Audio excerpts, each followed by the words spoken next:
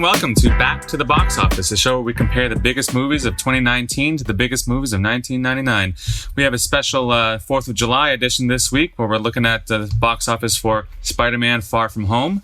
And then the 1999 film is the Will Smith movie, Wild Wild West. I was going to say Will Smith classic, but it's not a classic. I was going to say film, but it doesn't qualify for that. So movie, we'll just qualify it as such.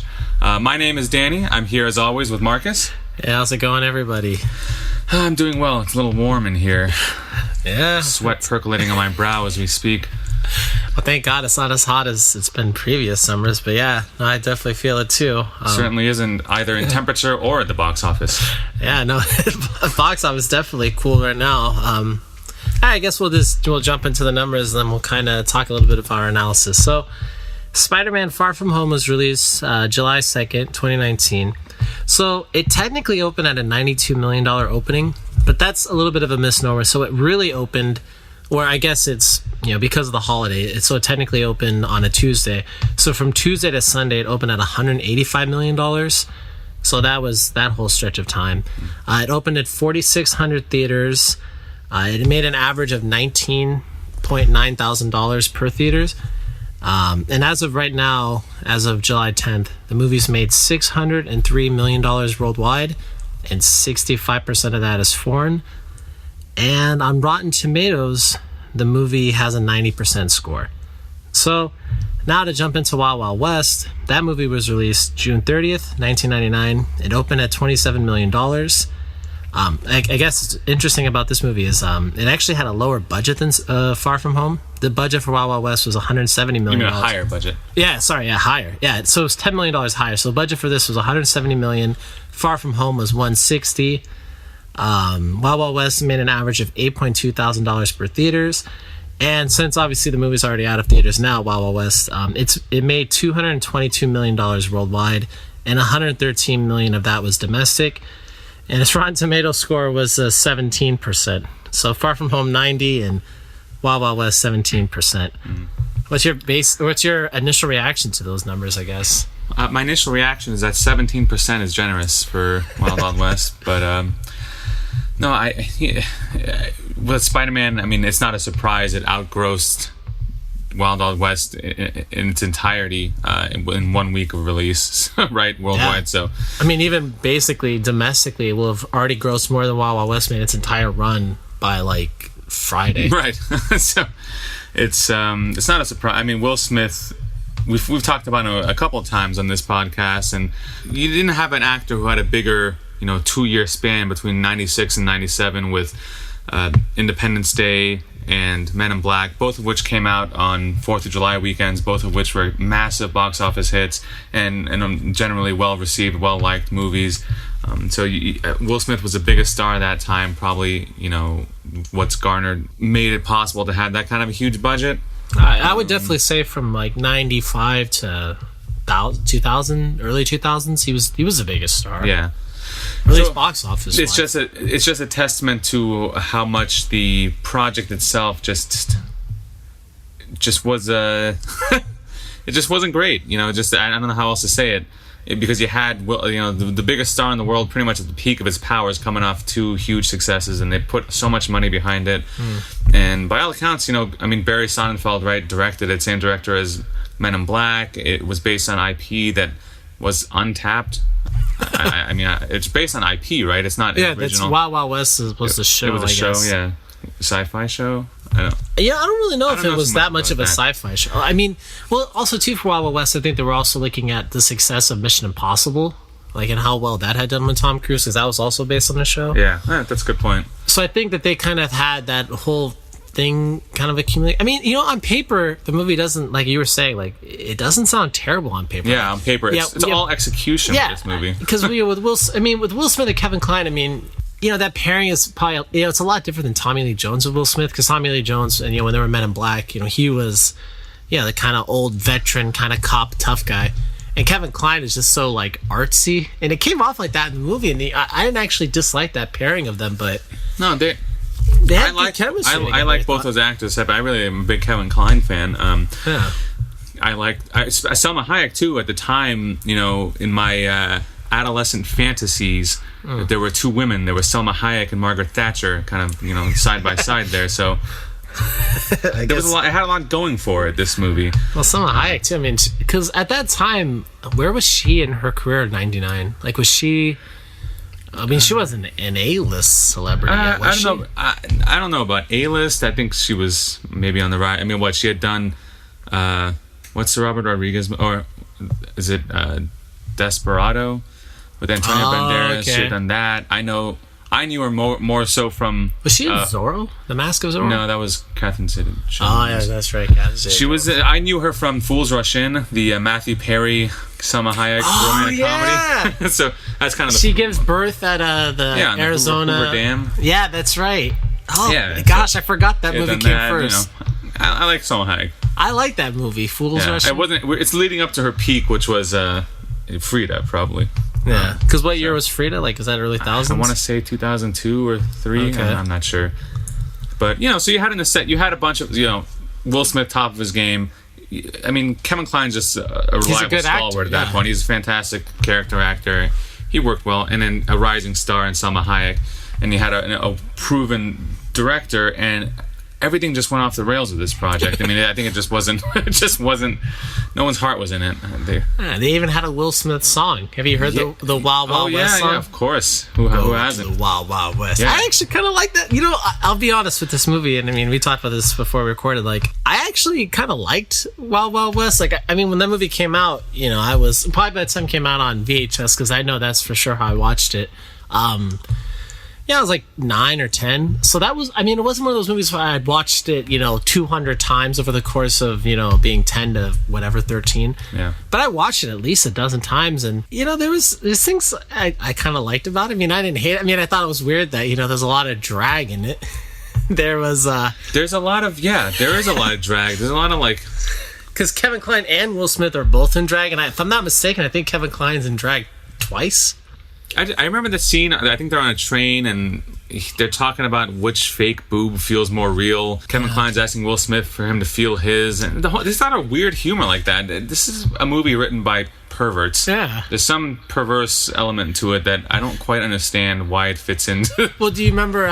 There's a scene where Dr. Lovelace, who I actually think was a good villain, because he had that over the top Southern accent, like that like gentleman Southern accent when there's a bad guy that like I do believe I do declare, like. But do you remember there's a part where like Foghorn Leghorn? Yeah, it's kind of like thing like that. Like, you remember the part where like I think he's put the collars on Will Smith and Kevin Kline's necks, and like he points to the machine that he's created, and it literally is it looks like a penis. It's like a phallic. Like, it literally looks like that. It sure is, yeah. That's not unintentional. I mean, how does a movie that has a $170 million budget, like, there's only so much you can get away with that kind of stuff. A lot of weird wheelchair jokes. Yeah. Or like just legless. Like, I don't know. In this ableist society of ours, that's one of the main culprits is that movie.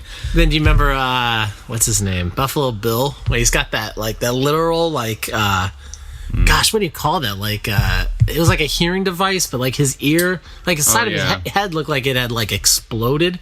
So he had like it almost looked like what's that instrument? Like a tuba or something? Like a small little tuba in his ear? Yeah, it's like a gramophone thing that you a record player. I think it's interesting to look at the box office. I mean, the fact that this movie got made at a $170 million budget. Yeah. Tentpole July 4th release.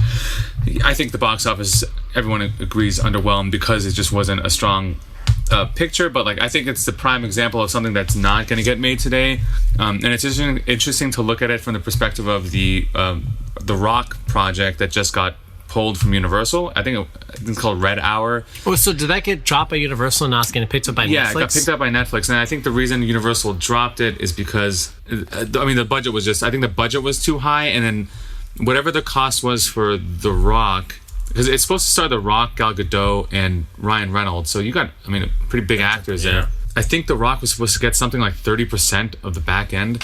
So I believe I read that in Variety or some article. Oh my gosh. So they probably looked at the project, and because the project is not based on IP, even if it has those big actors in it, I think they probably saw it as too risky a proposition, so they decided to drop it. And then Netflix swooped in and like, hey, we'll take that risk. I'm sure they readjusted the deal Yeah, because there's no back end for The Rock. I don't know what that looks like. I mean, I don't know how that works. I mean, would they project, okay, this movie's going to was projected to, if say it made $500 million and you get 30% of that, I mean, is that how the math is going to add up? They're just going to add that to his paycheck? Probably not. In all likelihood, they'll restructure that deal, but I just think, if this movie was in 99, the equivalent would be like, I think The Rock is somewhat akin to a Will Smith, like just maybe like a couple rings below. Yeah, but you're right, like they're definitely in the same stratosphere. He's just like a really big movie star, like a very recognizable brand, his name, and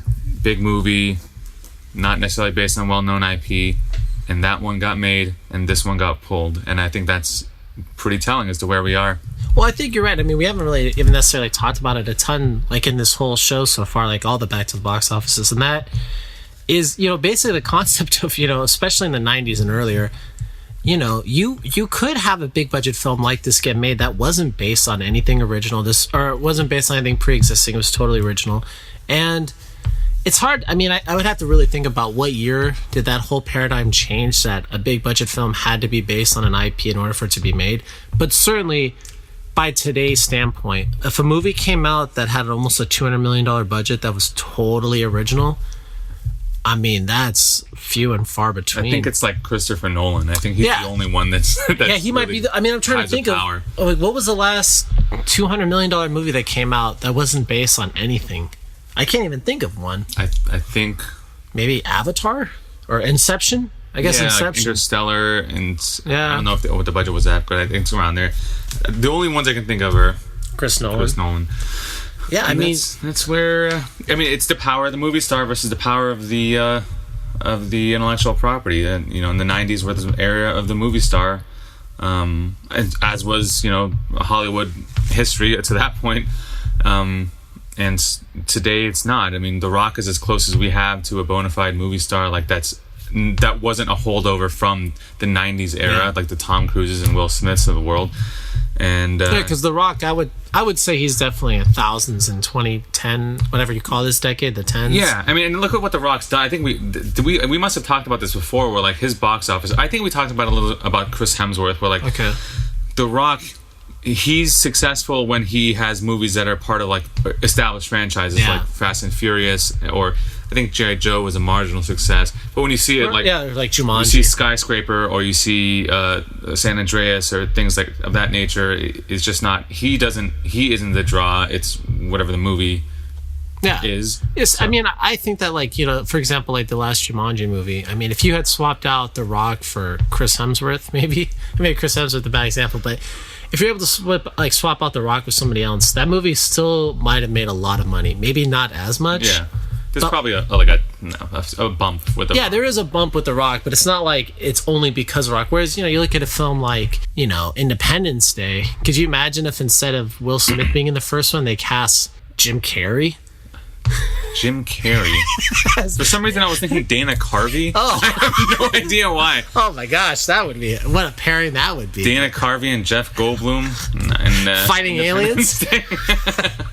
Wow, I don't even know if Dana Carvey's even allowed to be in movies anymore. You ever seen Masters of Disguise? No, I remember the trailers, and I just thought they looked awful when I was a kid. Yeah, I saw that. It wasn't great. But Dana Carvey he's a really funny guy. He is funny.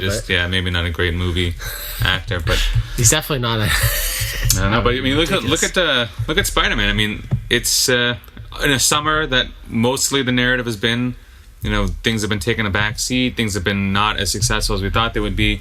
And then here comes Spider-Man, like a glimmering ray of hope to the box office. I mean, I think it exceeded most projections, right? And it just performed pretty well, and it's. I know it's not Disney. I know it's a Sony, but it's still part of the Marvel Cinematic Universe. And I just think people are like, we're only going to see movies that are in the Marvel Cinematic Universe. That might literally be. I mean, because if you look at so Spider-Man right now, like I said, so as of July 10th, it's made $603 million worldwide.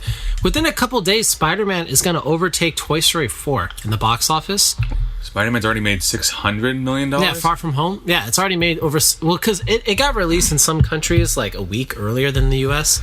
So like Spider-Man will definitely make over $1 billion. It's gonna make probably $300 or $400 million more than Toy Story 4 when everything's said. At least $300 million more. Once Spider-Man is done with this run, I mean, we'll have to see how well Lion King does, but like, yeah, there's a possibility that even after Lion King comes out, the top 3 highest grossing films of the year are going to be Endgame, Spider-Man, and Captain Marvel. I mean, I don't know if Spider-Man will make more than Captain Marvel, but I think we're going to be in a year where the top 5 are Disney. Like, it's going to be Star Wars event, or it's going to be Endgame, Star Wars, probably the Lion King. Some combination of Lion King, Spider-Man. I mean, a Spider-Man, Aladdin, Frozen. Yeah, well, yeah, but I mean, even Aladdin. I mean, that's done like over $920 million. Aladdin's going to break the $1 billion mark. Yeah. Which, I mean, when we first did it back to the box office for that, I mean, I never knew that it would have legs that it's had.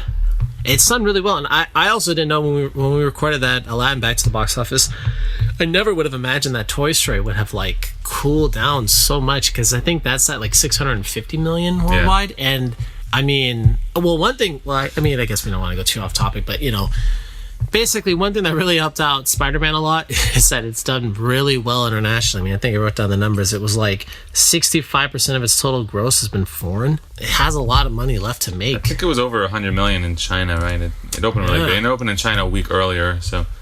Whereas, you know, like a movie like Toy Story got really slammed because, gosh, what was it? Spirited Away came out in China that week. Like, Toy Story only opened at like $18 million in China.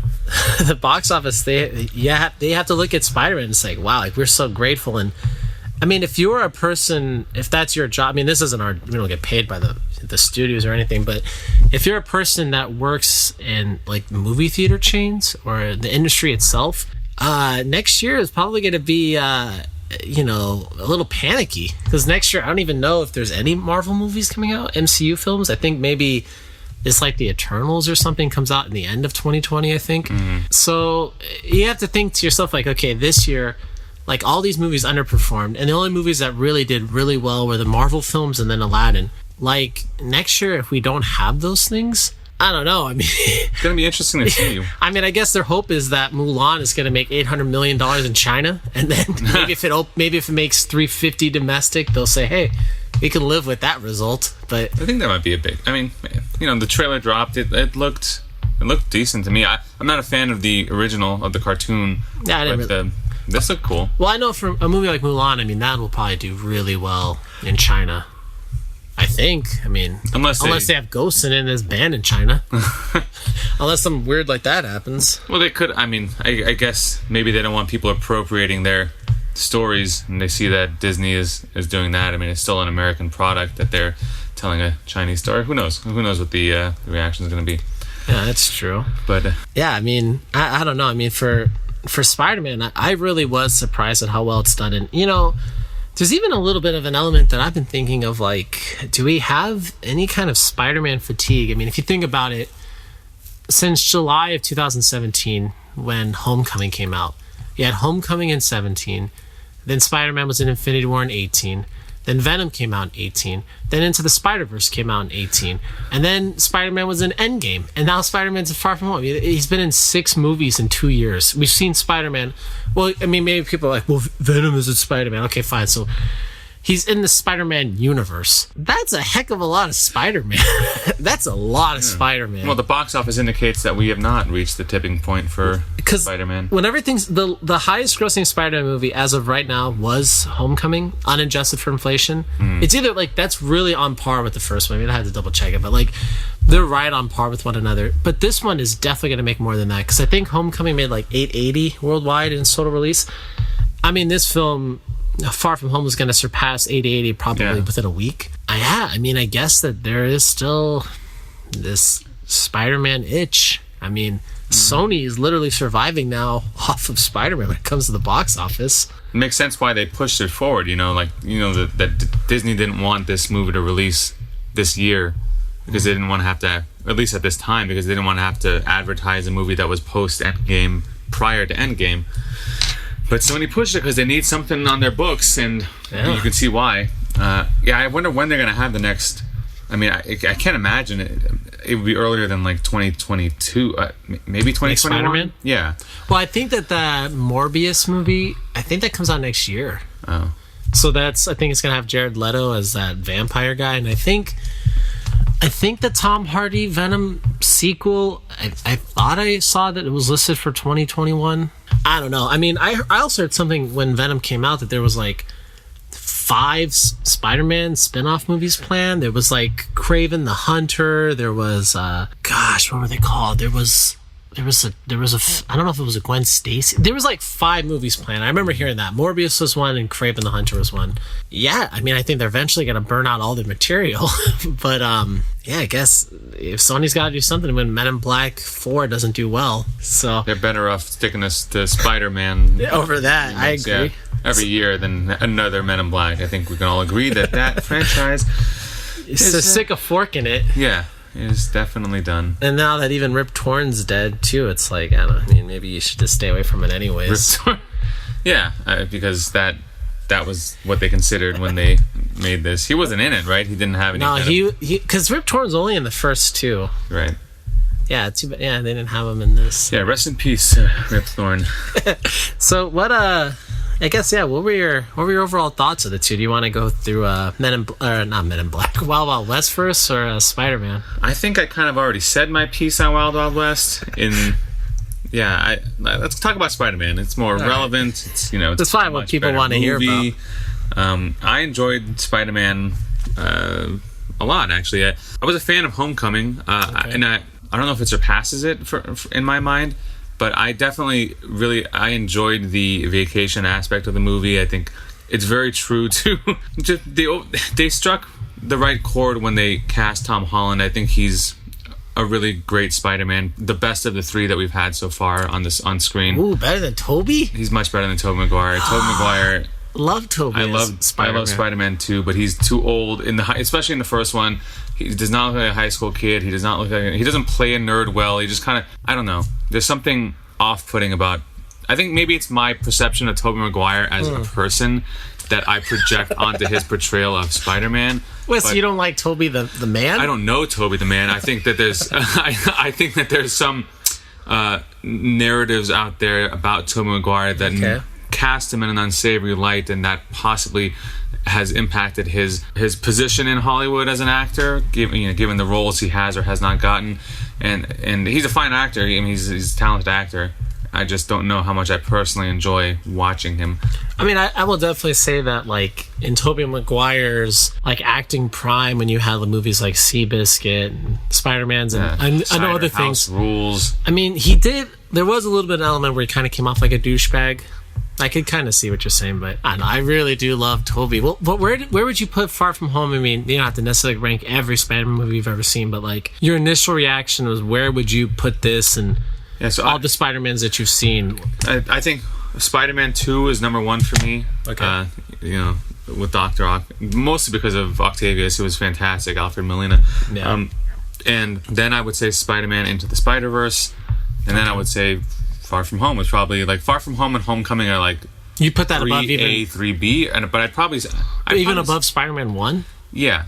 Oh. I like both Homecoming and Far From Home more than Spider-Man 1 because I think that they really captured that really fantastic John Hughes 1980s movie, high school movie thing, and they had the right cast for it. I just really think that I don't know the actor who plays Ned, but I wish I knew his name. Yeah. I could look it up, but I don't want to. Yeah. I know what you're talking. Yeah. I thought that guy was like 30. He's like 22. Yeah, they're all about the right age. Yeah. I think they're all charming. They all work well together. It just feels Zendaya's great. I like the dynamics of their relationship. It just feels very much like an authentic high school, like, in the sense that he's nervous and he likes the girl, and he doesn't know how to make the right move, and it rings genuine to me on that level as a high school movie. But then on top of that, there's also the superhero stuff, which it's not the most elegantly, the set pieces aren't as great as we see in other Marvel movies, especially in Far From Home, I think. And then you had some issues, but I just like the overall tone that they go for, and the fact that it is like there's smaller stakes, and that we're watching. We skipped the origin story, like with the spider bite and all that, but what we're getting is like how Spider-Man becomes the guy and kind of showing his arc from being, you know, a little protege to Tony Stark, and now in a post-Endgame world, how does he handle the pressure of taking up that mantle? And like, I mean, he has this incredible power, but he's still just a kid too, and he's believable in that role. Like, yeah, he just wants to be in Paris with the girl that he likes. He doesn't want to have to save the world, but like, you know, he has to. I mean, I think you're totally right with like this Spider-Man. I mean, as of now, he has a feeling of like he's not complete yet. Like, he's not the strongest Spider-Man he's not the strongest version of himself yet. I mean, he just got Spider Sense. He didn't even have that in Homecoming. Yeah, so I agree. I mean, I think Homecoming, in my opinion, I think that was I thought it kind of had a lot of those themes that you were talking about. I feel like it kind of executed those better. Like the whole, like I don't know, like I just like Homecoming more than Far From Home, but yeah, no, I mean, you're right. It really did feel like he's a high schooler. He's dealing with high schooler type stuff. And I kind of feel like he does act like a person that would exist in the MCU world that gets superpowers. He kind of acts like a person probably would. Whereas, you know, for Tobey Maguire, I didn't necessarily, you know, I really like Spider-Man's 1 and 2. You know, he has such a different vibe where it's more like, even though he starts off in high school, he really is like, you know, a mid-20-year-old guy. Like, he has that vibe. Well, he was close to 30 when they made those movies, at least the first one. Yeah. And then, I mean, it does, like, you're only in high school for the first 30 minutes of the movie. Yeah, and then he moves into college. And I kind of like that. I mean, personally, I kind of like watching that age more on screen, that 20 to 25, where, you know, you're not dealing with your parents on screen, but at the same time, you know, you're not, like, married and have a kid and all that kind of stuff. So, like, yeah, I really liked it, but, you know, it is a lot different. I mean, I guess probably everyone universally thinks that Andrew Garfield's was the worst. Yeah, I don't even remember those movies, to be honest. Did you see them? I saw the first one. Okay. I really like Andrew Garfield. He's a good actor, yeah. You know, great Hacksaw Ridge. He's great in this movie called 99 Homes with Michael Shannon. It's just fantastic performance. And I actually just watched last week Under the Silver Lake. I told you. He was in that? You know, yeah, he's a star of that. I didn't know that he's in that. Came out earlier this year. It had like a weird. It came out in the festival circuit in 2018, and then A24 pushed it for whatever reason. There were some issues with like the edits. Like it's not a perfect movie. I can see why it didn't do anything right box office wise. I just think it's a very interesting movie. One of my favorite movies that I've seen this year, and he's just a really good actor. And he is. I think he was also, if he was in the Sam Raimi Spider-Man movies, I think those would have been a lot better than if Tobey Maguire, you know, had he been at the right age, like, you know, timing wise, if that had synced up. Do you think it would have been weird though seeing him and James Franco on screen at the same time because they look too much alike? Yeah. Well, I think you could probably recast James Franco at that point. Yeah, it's so weird to think when James Franco was in the original Spider-Man. At least in my mind at the time, I was like, oh, this guy is like, he's a big mainstream actor kind of a thing. Like, he's, you know, big budget kind of guy. And then, like, his whole reputation is so different now. Like, his whole reputation now is, like, I think Seth Rogen comedies now, honestly. That's, like, the first thing I think of. He does a lot of obscure indie art house movies, and he writes books, and he teaches classes at UCLA that are, like, you know. Like, he totally had a career arc that was so much different than what I ever would have imagined. And I think that's by design. I mean, look at what he did with Oz the Great and Powerful. I think he intentionally torpedoed that movie by giving a really odd performance where, like, you could tell he didn't want to do it, and kind of the same way he hosted the Oscars with Anne Hathaway. I mean, just total performance art with a lot of money behind it. You can't do that. You know, it's ballsy, but yeah, I don't know. You know, it's interesting that you mentioned A24. So A24, I don't know where the heck they came from, but all of a sudden it seems like they do every 1 in every 7 movies that come out is A24. Did you see Midsummer? No. Is it Midsummer or Midsommar? I heard it said Midsummer. Yeah. I mean, we don't have to go too much in detail here because it's a total tangent. The Ari Aster horror movie. Calling it horror is not accurate because it's not scary. It's literally, I mean, I'll just say it's one last thing. We'll get back to Spider-Man Wild Wild West. If you're listening to this and you're thinking about seeing that movie, I would definitely only go with somebody that, like, you know very well and not your parents. Like, don't take a girl, your, like, second date with her. Don't take her to that movie. Like, it's one of the most ridiculous movies I think of. It's one of the most ridiculous things I've ever seen in my life. Like there's this guy behind me who is like, he was laughing hysterically at this one scene that was so over the top, but yeah, the movie it's a weird one. But I guess talking a little bit about viewing experiences. I want to see it.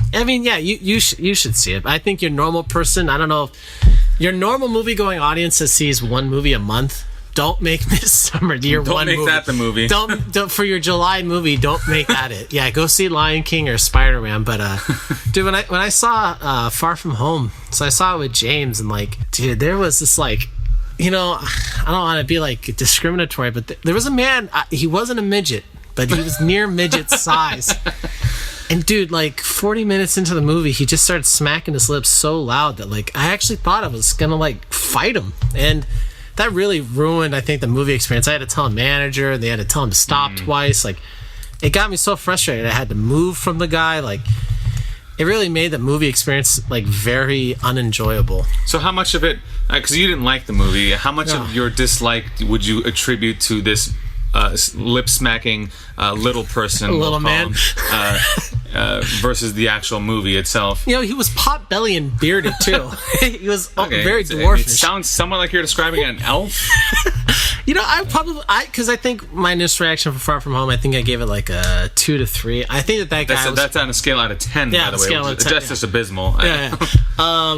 I think that guy was probably 1 point negative against it. Oh, so it would have gotten a 3 or 4. Yeah, I would have gotten. You know, I don't know what it's been. I just feel like ever since Infinity War came out, I've personally not really loved any Marvel movie that's come out. Like, I know I've only saw Endgame once, so I want to see it again. So maybe I'm just gonna put Endgame kind of on its own because I want to watch it again. But you know, since Infinity War came out, there was Iron Man 2, Captain Marvel. Since Infinity War? Oh, sorry. Yeah, Infinity War. Yeah. Well, you said Iron Man 2. Oh, sorry. No, since Infinity War, there was Ant-Man, Captain Marvel, and Spider-Man now. Yeah, I haven't really loved any of. I think Captain Marvel was the worst of those 3, but I didn't even really like Ant-Man 2 when that came out. Yeah, I wasn't a fan. Ant-Man, that's minor Marvel, and they know that. I mean, they treat it as such. Captain Marvel. You saw Captain Marvel, right? Yeah, I enjoyed it. I also had a similar thing in that movie where the experience was somewhat marred by an unruly person in the theater. In this case, a drunk person. But I don't know if you told me that. It was a little. For me, I mean, we don't have to go into it right now, but it just the movie was fine for me. I just didn't really care for Brie Larson's portrayal of the character. I like Brie Larson as an actress. I just think she's not necessarily the right fit for the Marvel universe. And I think Spider-Man is also, it's in that kind of lower tier. I could see that. Because of the fact that it's a high school movie, the stakes are a little lower, and that's what I like about it. It's just a little more fun. It feels more breezy and not as like just intense as obviously as Infinity War or Endgame. And so I mean, moving forward with the franchise, I think this is the last high school. Yeah, this Spider-Man has to be the last. It's got to be. So I'm curious to see what they're going to do with it. And as you kind of take, we're obviously, I mean, and we'll get into spoilers right now. Like with what happened at the end of the movie with the introduction of J. Jonah Jameson, which I'm glad that J.K. Simmons is back, and they made him bald. I think it's good that they didn't. Well, you liked him bald. You didn't want to see him come back with the hair. No, yeah, I like that. I like it's like it's a different version of. Yeah, he is a different version. And it's also obviously I like that he's not like a newspaper guy. He's kind of like a InfoWars, like an Alex Jones type. Well, which makes sense. Don't they literally copy that, or that's inspired from the video game, right? Yeah, I don't know. Again, in the video game, like you get sudden broadcast. It's I don't know if it's a podcast or something. That he's like doing. A radio program or something. Yeah, so. Because it reminded me so much of that. And that gets rid of the whole, Peter Parker is going to be the photographer at the Bugle. Like, that doesn't make any sense in 2021, whenever that's going to come out, 22. Exactly. Because that whole idea of, like, I mean, even Spider-Man, 3 was kind of like, that was really the limit because, the internet was really coming into it. Well, the internet was coming into its own even more, but, like, people started having smartphones then, so people were just reading everything online. But Peter Parker working at a newspaper, like you said, in the year 2021, 2022, would be ridiculous when newspapers are closing. I mean, but what specifically about Far From Home rubbed you the wrong way? Was it the high school setting? Is it the Euro trip thing? Was it the villain? Yeah, we got to talk about Jake Gyllenhaal too. Yeah, I mean, I just kind of felt like, I feel like they like like the moving, like I just feel like they moved around so much, like it was kind of jarring. Like even from scene to scene, like I just kind of felt like it was just like jarring, just fast. Where it was like, you know, like for example, the scene where he's given the black Spider-Man suit, and like so he walks into that room, and there's like this dominatrix, like Norwegian type woman or whatever she is, German, and like she tells him to strip, and then that whole thing happens with the guy walks in, his competitor for Mary Jane, and like I feel like that whole thing was rushed so fast. Like the whole thing, the drone thing happens immediately after that. Then he deletes the photo off camera. And I just feel like the movie, in my opinion, I think that it just suffered from maybe just being made too fast. Like I feel like if they had planned it to come out 1 year from now, I think they could have ironed out some of those things. Like I just feel like it was just, you know, jarring. Like the reasons why they're moving from one country to another, like I don't necessarily mind the fact that S.H.I.E.L.D. was basically interfering, but like I just thought it could have just sounded better in the movie. Like, you know, that the teacher, he was just so stupid about it. I was like, maybe that we got upgraded, like we're going to Prague now. Yeah, and it's just like, you know, I think it could have just been done. I also too, I wish that the guy, I don't know his name, the guy from Curb Your Enthusiasm, JB Smoove. I feel like he could have been in it more too. I think that would have been a little. Yeah, he was. I wasn't crazy about his character just because they basically the only thing that they gave him to do was to talk about witches. Oh yeah. Well, they turn up. He's literally the character from Curb Your Enthusiasm as a principal, which you would never have. A guy that's that character from Curb Your Enthusiasm would never be a principal at a high school. You don't know. I mean, a guy with that kind of temperament. I mean, he's walking around like, you know, they got witches here. And it sounded like he was about to have a scene where he's like, I'm going to go to the fridge and make a sandwich. Like Curb. That was literally what I was thinking. Yeah, I mean, I just kind of thought, you know, stuff like that could have just been handled a little better. I mean, well, what did you think of Jake Gyllenhaal? I actually liked him. So I really like Jake Gyllenhaal. I like him generally as an actor. I didn't know. I knew he was the villain, even despite, you know, the ads. Right. I don't know anything about Mysterio. I don't know anything about Spider-Man canon or the comics. So seeing him as Mysterio, like when he was his ally, kind of when he was the when there was the alternate dimension, you know, storyline going on in the movie. I was like, I really wish that they had actually cast Jake Gyllenhaal in a role in the MCU as one of the heroes so that he could be a persistent part of it. Because I just think, I don't know, I really liked him on screen. Because he dies at the end, right? Yeah. That was ambiguous. Like, that seemed to kind of, like, for some reason, that scene was just really hard for me to follow. Like, he grabs him, but it was still the illusion. And then Jake Gyllenhaal, how does he shoot himself? Or does a drone shoot? Like, how did he actually get shot? That was so confused. I don't remember the details. I just remember he was on the ground shot, right? So he is dead. Like he's. Yeah, I think he's gone. I mean, I would be surprised. They usually don't bring back villains like that. Even though Michael Keaton did survive, like they show him in jail.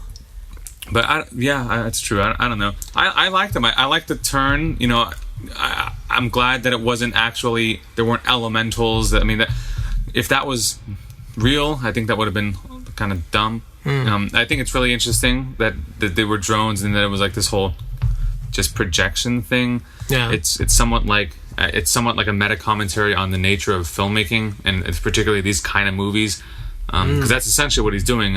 Jake Gyllenhaal is a director in this movie, right? He's acting like a film director, and he's orchestrating everything and putting on a show. So there was some interesting layers there that you could look at in his character like that. I liked it. It reminded me a little, you know, the reversal is a little bit similar to Iron Man 3 with... I could see that. But I think this one is more successful. I think that one pissed people off a little bit more. Yeah. Although I enjoyed that. I enjoyed that too. I like somewhat of a subversion, even though this one was probably more cleared to people, especially if you know Mysterio. Yeah, you know, one thing that I messed up on with Mysterio was that I had heard of him before. Like, I'm not like the biggest comic book fan by any stretch, but like, I watched a video on YouTube. Gosh, I can't remember the channel's name. It's a big one. I think it's maybe called Variant. It was some comic related YouTube channel, and they did a whole video about Mysterio, and they basically said how he doesn't have any powers and he's just a master of illusion. So, like, I was like, I should have never watched that. Because I thought the same thing. I'm like, I thought to myself, just watching the trailers, I'm like, well, obviously Jake Gyllenhaal has to be the villain because there's no advertisements for another villain. Right.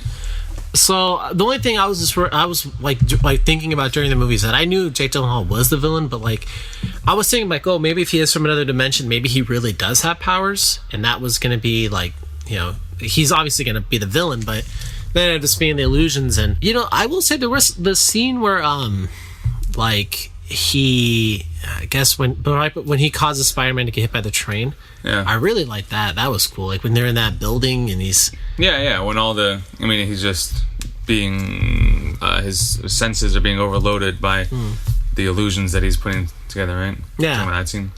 Yeah, I liked it. I mean, do you think I guess going forward for whatever they call the next one, I don't know, I'm Back Home, I don't know what they're gonna call it, if it's in the title. I mean, would you like to see J.K. Simmons be like a main? To be honest, like that actually really excited me. The prospect of him like coming back. Yeah, I wouldn't mind it. 'Cause, I mean, it seems like with what they showed and the fact that he's the one who he has that video and he also revealed his identity. Like that's a big deal. I feel like in the MCU, they really, or at least with Spider-Man. Yeah, for Spider-Man, Spider-Man's never had like Peter Parker's never been out there as like the Spider-Man. Well, the thing is too is that for all the MCU films is that they've kind of blended the line between the hero and the alter ego. Like they're pretty much one now. Everyone knows Tony Stark is Iron Man. Yeah. Thor doesn't have one. Captain America doesn't really, Yeah. So like Spider-Man really was the only one that was the masked one. But like now they know. I mean, I guess maybe I don't know. Does that prevent them then from being able to jump to college? Because he's exposed and he's also on the run because he's got to be. Yeah, because I think being implicated in trying to kill these people. So does that mean the next Spider-Man is going to take place like a month after Far From Home got over? No, I don't know. I don't think so because like they'll probably. I feel like this is something that they can reference in some movies leading up to it. Like where is Spider-Man? We don't know because he's hiding because I could see the world is after him. It's a little bit like. I mean, at the end of The Dark Knight, he had to retreat, right? Because he was. Yeah. He was accused of killing Dent, so. Yeah, it does actually kind of remind me a little bit of that same element. Which I like. I'm excited for how they set up the next movie. I wasn't sure, the end tag. I'm going to ask you this question actually because before I saw the movie, you saw it before me, and you told me to stay for the very end because there was the second post-credit scene. With the scrolls. And you said, is that the one you said I would really like? No, I meant the J.K. Simmons one was the one that you're really going to like. Yeah. No, the other one totally confused me and I actually kind of thought like, it was almost like, I mean, maybe for the people that really know the comics, I mean, we both saw Captain Marvel and I really didn't understand why that Skrull, who's Ben Mendelsohn, yeah. who's now the villain and everything, he's cast in another movie as a villain. I forgot what it was. I was reading about it. I don't know why the Skrulls took over for Nick Fury. I think he needed a vacation. That's the sense that I got. But yeah, so when I was watching it, I was like, I was confused as to why you thought I would really like that. Oh no, I thought you meant the Skrull reveal. No, I meant the J.K. Simmons was because I know you like the Spider-Man name. Right? Okay. Because I was talking to Taylor, my fiance, and we saw it, and I'm like, I don't, Marcus kind of knows my taste. I'm not sure what he thought about that. I would really like. I'm really confused. Yeah, no, I literally meant the J.K. because I know you like the game. Yeah, that makes a lot more sense. No, that Skrull thing. I mean, I was like surprised and like I kind of don't like the way that they've done Nick Fury recently, like in Captain Marvel and in this, like they've kind of turned him from like this cool spy to like an old geezer a little bit. Like in this movie, like I know that he's as his own character, he's only in it at the end, but like he's walking around in the shorts and t-shirt, like it just seemed like a guy that would mow his lawn, like just a guy. Like he doesn't seem like a super agent spy anymore. And even like in Captain Marvel, like when the cat alien scratches his eye, like I feel like this year they've turned Nick Fury from being like this really wise, really intense human guy to like, I don't know, just like how I think of Samuel L. Jackson today. Like I think of a guy that's like pretty close to retirement that like has a gigantic house and just wants to retire. Yeah, I think that's a function of just like revealing too much about the character. Yeah, I think they've revealed too much about Nick Fury. It's the same thing they did with Han Solo. A lot of the charm is the mystery and things you don't know, the stories you hear about but don't like know the details to. And once they reveal, even though I didn't have a problem with the cat thing, I know a lot of people did. Yeah, that does remove some of the allure and the mystery, and that's the risk you run when you get too much information about stuff you don't necessarily need information about. Well, I think you could even say the same thing a little bit with like the new Black Widow movie. So like they're making that supposed to come out next year, and maybe that will do really well, but like I'm thinking by the time that Black Widow movie comes out, she will have already been in all these Marvel films for 10 years. Scarlett Johansson as Black Widow, and like at this point it's kind of like, there is a lot of like mystique about her past, but like I would almost rather keep it that way. Like, it is a prequel, right? Yeah, I don't know if They I don't know we for don't sure know if for it's sure a what prequel. it is. So yeah. I mean, I would actually prefer a sequel than a prequel, because like, I mean, when she references, you know, like when she's talking to Hawkeye, like, oh, remember that time we were in Prague, or Right. blah blah blah, like, you're just kind of left to your illusions. You're like, okay, you're fighting this alien invasion of New York City, and you're comparing it to something else. Like, Right. what was that other thing that yeah, these are no, in it's comparison? nice to not know, because it's like these characters do have their own lives separate from what we see on screen, and to give every detail about it is it just it takes away some of that appeal. Yeah, it takes away the magic. Having said that, how could it be a sequel given her, she her dies. fate? Yeah, at the end of Endgame, and maybe it could. Maybe there's some kind of maybe there's a multiverse. I'm sure they're going to introduce it at some point. They toyed with it a lot. I think the rumors were that it was going to be introduced in Spider-Man. Well, I think that's something too. I think for the people that are really into this whole, you know, Marvel comic stuff, like, yeah, I mean, when Mysterio says that, when he says the thing about the other dimension, I mean, does that really exist? Like what you're saying, or is that just, he just made that totally up? I think he said he made it up, but I think it will eventually exist in this universe. It just hasn't happened yet, which I'm glad it didn't happen in that way. Yeah. In this movie, it wouldn't feel right. Yeah, how weird is it going to be, you know, 20 years from now when we're in, I guess, phase, 9 of the Marvel movies? Are they still going to be churning them out to this, level of success? I don't know about the level of success, but I can't see it stopping. Yeah, it won't. I mean, especially, if Spider-Man, it's, by all accounts, will probably make over $1 billion, it means that between Endgame, Captain Marvel, and Spider-Man, we're talking $5 billion in box office between those three films. Yeah. I mean, it's already at $3.8 billion between Endgame and Captain Marvel. It's actually more like 3.9. The Marvel films, those three films put together, when everything's said and done this year, I mean, that might account for 30 to 40% of the entire box office this year. I mean, we'll have to see how Frozen and Lion King and Star Wars and Sean Hobbs and Jumanji 2 do. But I mean, if those three films are 30 to 40% of the whole box office this year, then yeah, I mean, anybody that's oh, the superhero movie fad is over, I would definitely tell you to pump the brakes on that. At least the MCU superhero trend is not going anywhere. The MCU is going strong. It really is. I mean, it's even crazier than, I mean, it's totally unprecedented. But I guess one more thing, I guess we haven't done this in a while, but what do you think about the cast swapping of Wild Wild West and Spider-Man? Well, let's go through it. So I guess, I mean, you know, I guess if we just do the main ones. So I guess if I were going to do the Wild Wild West cast and Spider-Man, I guess I'd have Will Smith as Spider-Man, especially Will Smith at that time. So he would have been 30. He would have been almost the same age Toby was when Toby did it. So something almost like that. Guy Kevin Kline as Mysterio. I actually think he could have done a really good job as Mysterio. Been good. And then I can't say his name, but Dr. Lovelace, Kenneth Branagh. Yeah. Kenneth Branagh is Nick Fury. I know he did direct the first Thor.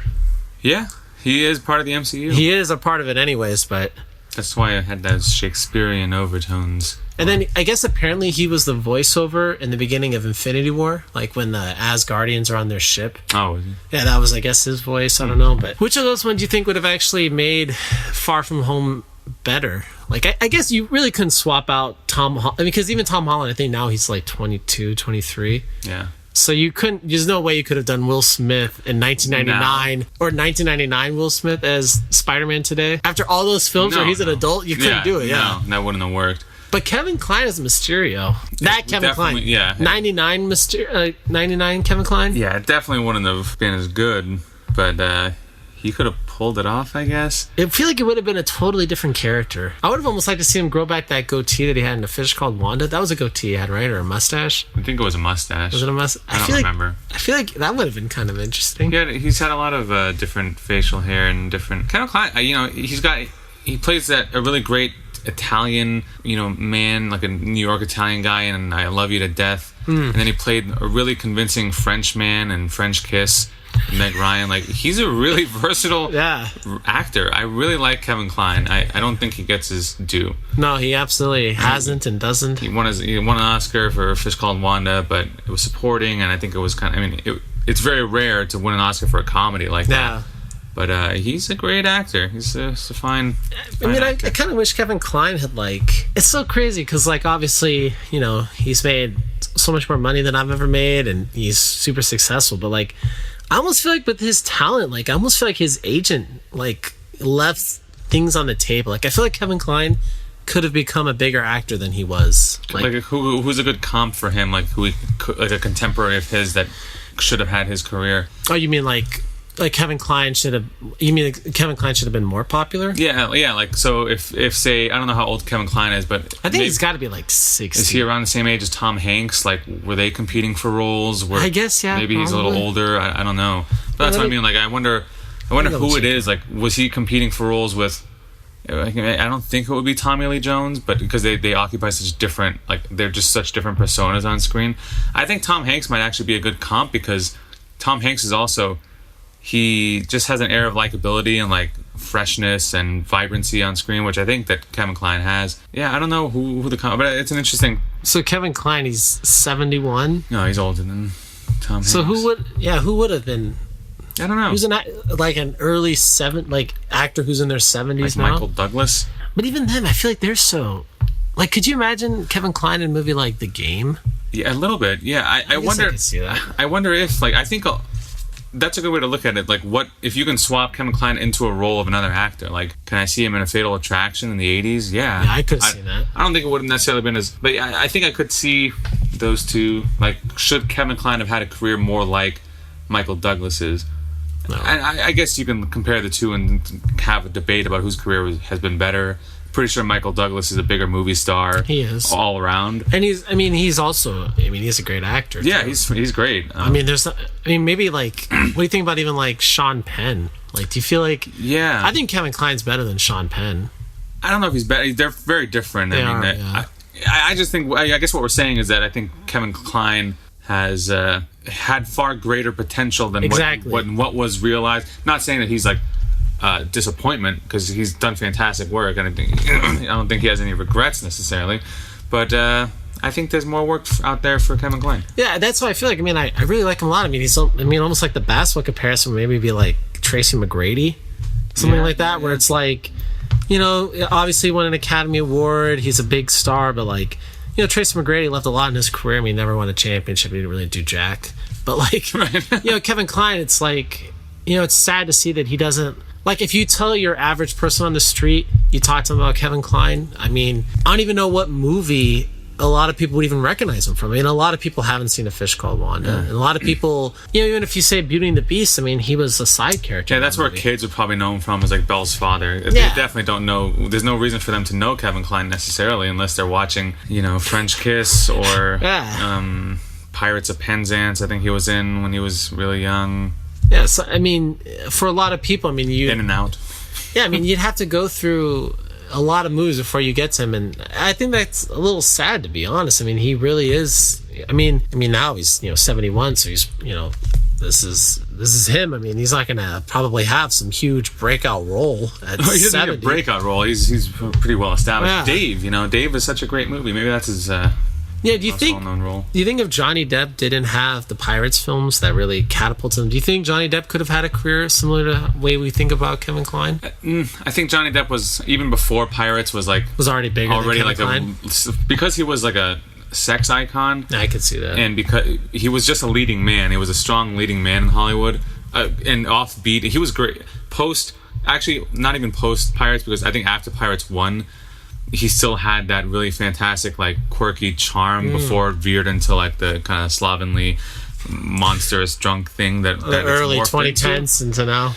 Yeah, I wonder what would have. I wonder what would have happened if he didn't have that meteoric success. Now we're just opining on different people's careers, but yeah, if Johnny Depp didn't I wonder if he had gone a different path and just stuck to doing like more smaller adult movies, and not adult movies like porn. But movies like Finding Neverland and things in that vein. And you could go to like a Tim Burton and do the Sweeney Todds, but just not keep on doing the same role, getting $150 million paychecks, buying islands, buying 30,000 cases of wine and drinking half of them in a year, and leaving your wife of however many, or not even his wife, Vanessa Paradis, the mother of his children, and going with, Amber Heard and all that craziness. I just, what would have happened? I missed that Johnny Depp, is what I'm saying. He was one of my favorite actors. And he might be gone forever now. Well, I mean, hopefully with him, I mean, once they release that Biggie Smalls movie, Yeah, that's his saving grace. if you're a person that's into conspiracy theories, you should look into, like, the people listening, you should look into what happened to that movie, because God only knows what happened to that. They make a movie about the man who killed Biggie, and then all of a sudden the movie disappears. That can't be a coincidence. Well, and then he made that other movie, The Professor, that came out this year. It just went straight to like direct TV services, as far as I know. I don't think it even came out in theaters. It's available on Amazon Prime. It looks incredibly mediocre. I mean, I'd watch it if it wasn't $5.99 to rent. Maybe if it drops to $2.99. That's my threshold. If it just drops to free. Well, yeah, then I check it out for sure. But for Kevin Kline, if you could have cast him in like one or two big movies from like the 80s or 90s, what would you have liked to have seen him in? Like, could you have seen him in a film like Jurassic Park as the role of one of the doctors, or maybe even like Batman? You could play Sam in lieu Neill. of Michael Keaton. Yeah, see, there are other. That's also a good comp between those two. Yeah, I could. Because I think Michael Keaton's probably probably 5 years younger than Kevin Kline. They're probably nearly the same age. Michael Keaton. I would say roughly, not too far off. I don't think Michael Keaton's in his 70s. No. But well, I guess I can double check it. I'm trying to think. I recently watched a movie with Kevin Kline. I wish I remembered the name of it, or who the other star was. It was like two couples, and they're neighbors, and he sleeps. One of them sleeps with the other one's wife, and it's like a thriller. It wasn't very good, but I thought it was weird that the actors... I'm going to look that up because I really want to know. And I was going to say, so Michael Keaton, he's 67, so he's 4 years younger. So the two of them would have... I guess they would have... How old? How much younger? 7 years? No, 4 years younger. 4 years. Yeah. So they were definitely contemporaries. Yeah, I mean, I guess if Wild Wild West, if that had done really well, maybe that could have been Kevin Kline's, ticket into big movies in the 2000s, I guess. Maybe. When he was 51. Maybe what if he had a Liam Neeson kind of turn? That was on the other day at the gym, Taken 1. I forgot. We actually watched Taken 1 together, and when we first watched Taken 1, I was like, wow, this movie's really good. Now it's got to the point where I look at that movie like a classic. Like, I remember every scene of that movie now, and like most of the dialogue even. That's gotten to the realm now of being a classic almost. When I could think of that, when it's like, the movie I was thinking of was called Consenting Adults, and it's with Kevin Kline, and the other guy I was thinking of was Kevin Spacey. Oh. Yeah, Forrest Whitaker was in there. So there's no wonder why that movie got blackballed. Well, this was what year? 1992. Oh. Never mind. Oh yeah, this was 1992. Yeah, it's an old movie. Oh, okay. So what would the comps be for the Spider-Man cast in Wild Wild West? I guess who you'd imagine: Tom Holland, Will Smith, Jake Gyllenhaal, Kevin Kline's character, Samuel Jackson as Dr. Lovelace. I kind of think Samuel Jackson in '99 would have been kind of funny as Dr. Lovelace, maybe. Yeah, he could do it. I mean, it doesn't. He'd have to have an eye patch, though. I think he'd be like his character in Glass. Yeah, I could see that. But just not as frail, obviously. You saw Glass, right? Yeah. Remember, he dies brutally in that. I didn't hate it. It was no, the movie. I didn't hate it either, but yeah. I mean, I don't know. Do you think Tom Holland? Do you think he'll become a certified megastar? He's on his way. I wonder. There has to be some diversification. Has he been in other big projects? Not big ones. He was in that Amazon, the Amazonian River movie with Patrick Pattinson and the guy from Sons of Anarchy. The Lost City of Z. Yeah, was that what it was called? That might be called The Lost City of Z. I think that's what it is, yeah. Because I forgot the guy from Sons of Anarchy. What's his name? Charlie Hunnam. Yeah, that's it. That was a good movie. Yeah, he's Tom Holland's father in that movie. I kind of forgot about that, but like... Isn't he cast in the Uncharted movie? Is he? Is that for sure? Young Nathan Drake. I feel like it's been on and off. Yeah, I feel like that's been talked about a long time. Which I can see that. I like him. He's one of my favorite young actors. I think him and Timothy Chalamet have got the young heartthrob cornered, but Chalamet's going more the prestige Leonardo DiCaprio route, and Well, would you put Tom Holland? Is he in the same group of like people as you think of like what's that guy, Ansel Egerton? Ansel yeah. So that's the guy from Kingsman, but I was confusing with the guy from Baby that's Driver. Taron Egerton. Oh, okay. And then Ansel Elgort is the guy from Baby Driver. I don't know why these guys have these weird names. I confuse the two of them. But like, would you put Tom Holland like in the same? Yeah, like, they're probably in the same acting class, I would say. Okay. But class, I mean, Yeah, because generation. they're like within like 8 years of each other or something like that. The other one, who's 8 years older than the other? The guy from Kingsman? I feel like he's got to be like 30. He might be older, yeah. Maybe like 29. Yeah. And the guy from Baby Driver is, I think he's like 26, 27. Yeah, I mean, of those three guys, I like the Baby Driver guy the most. I would put Chalamet in there too. Yeah, what was he been in? Chalamet? Yeah. He was in Call Me By Your Name. I was trying to think of... he's the main... Yeah, he's the non-Army Hammer guy. It was great, I love that movie, and he's really great in that movie. He was in the Steve Carell movie last year, Beautiful Boy. Or, I guess it was his movie, but... Oh, he is the Beautiful Boy? Yeah, another... Well, was he the same guy that was in the movie about the gay conversion thing?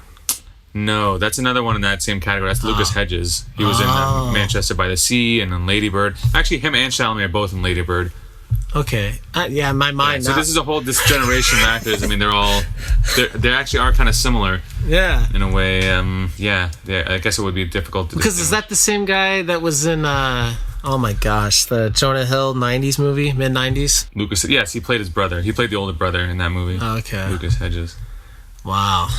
Well, I think I'm out of stuff for Spider-Man Wild Wild West. I guess. Yeah, I mean, Wild Wild West does not inspire any kind of conversation. I mean, the movie's too. It's just not. It's not a great film. I think if you were a kid, I feel like kids now, it's so much different. Like, when we were younger, when you didn't have as many options for watching stuff and you owned a VHS or DVD of something, it was just easy to watch it so many times. But today, with YouTube and streaming and everybody now seems like they have satellite. When I was a kid, like there'd be some years I'd have cable, some years I didn't. So I was very limited in what I was watching back then. But now, with so much stuff that exists out there, I don't really know if we'll ever have a situation again where, a 12-year-old kid or 11-year-old kid watches the same movie 20 times in a year. Like, when I was that same age, I watched Billy Madison, 25 times a year. It's a little bit like if you're, a prison inmate and you play checkers all the time because, what the hell else are you going to do? You're stuck in prison. You got nowhere to go. You can go to the exercise yard. You can do whatever you're going to do in prison. Yeah. But eventually you're going to have to play some checkers. And, maybe you didn't play checkers at all before, and maybe when you get out, you'll never want to touch a checkerboard again. But while you're there, you're damn sure you're going to become like the checker king. Yeah, I think, a lot of these 90s movies, obviously a lot of them were really good, but, there's also just a lot of them that, at least in myself, I remember thinking like, oh, wow, the movie was pretty good. But I think that's kind of a result of just having watched it a million times. I think the biggest impact that Wild Wild West had in the film universe is that Will Smith turned down The Matrix for this role. So alternate timelines, who knows? Well, who knows what would happen to Keanu Reeves, because his career needed a little bit of resuscitation even at that time, and then that catapulted him back into the stratosphere. And then Will Smith, it didn't really hurt his career. He went on. They probably both ended up being fine. Well, so Will Smith, I think he did a video on YouTube where he talked about this, where he was like, if I was going to be in the Matrix, they would have switched Lawrence Fishburne to Val Kilmer because they didn't want us to think we were related. Oh, so that's what he said. Racist. Because I guess he said in the original casting, they said they wanted, I guess, one white guy and one black guy. So, could you imagine how much different just imagine Val Kilmer doing karate fighting against Hugo Weaving in The Matrix 1. Yeah, I think it worked out for the best. It definitely worked, I think, for all parties involved. Yeah. And, too, even like for the big spider in Wild Wild West, there was, I don't know if it's apocryphal, if it's actually true that that big steampunk kind of spider thing was supposed to be in the failed Superman with Nicolas Cage movie. I don't know if that's actually true or not, but if it is true, that's incredible that they took a crazy concept from one movie and threw it into a movie that really didn't belong. You could really make an argument that a steampunk gigantic spider didn't belong in 1870s America, since the technology doesn't even exist today.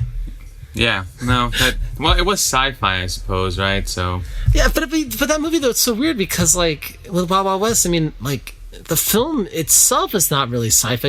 It has random sci-fi technologies in it. So like the thing where they wear that necklace thing and it draws that like cutting blade thing, like that was just a random just sci-fi thing. And like the big spider, that was random sci-fi tech. But like, yeah, I don't know, that was weird though. But all right, well, Danny, yeah, thank you for coming on. And guys, yeah, make sure you check out the rest of our shows on our channel. And if you like this video, make sure you give it a like. Thank you again for listening, and take care. Thanks.